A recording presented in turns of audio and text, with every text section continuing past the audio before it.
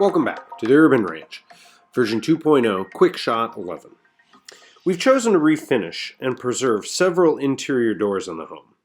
And as we've seen in previous episodes, the doors were dipped, originally a coupe restoration, to remove all the old lacquer and finish.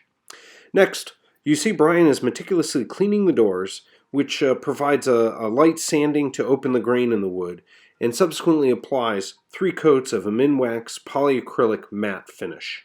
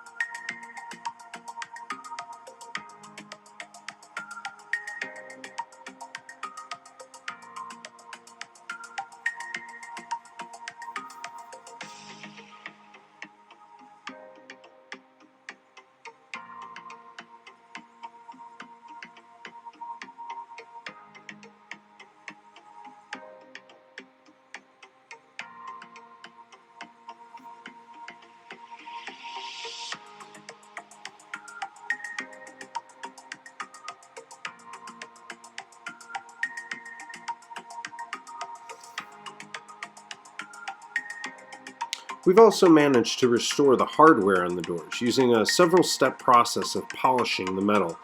We chose to use an Enkay Deluxe Polishing Kit, which we'll show you in just a minute.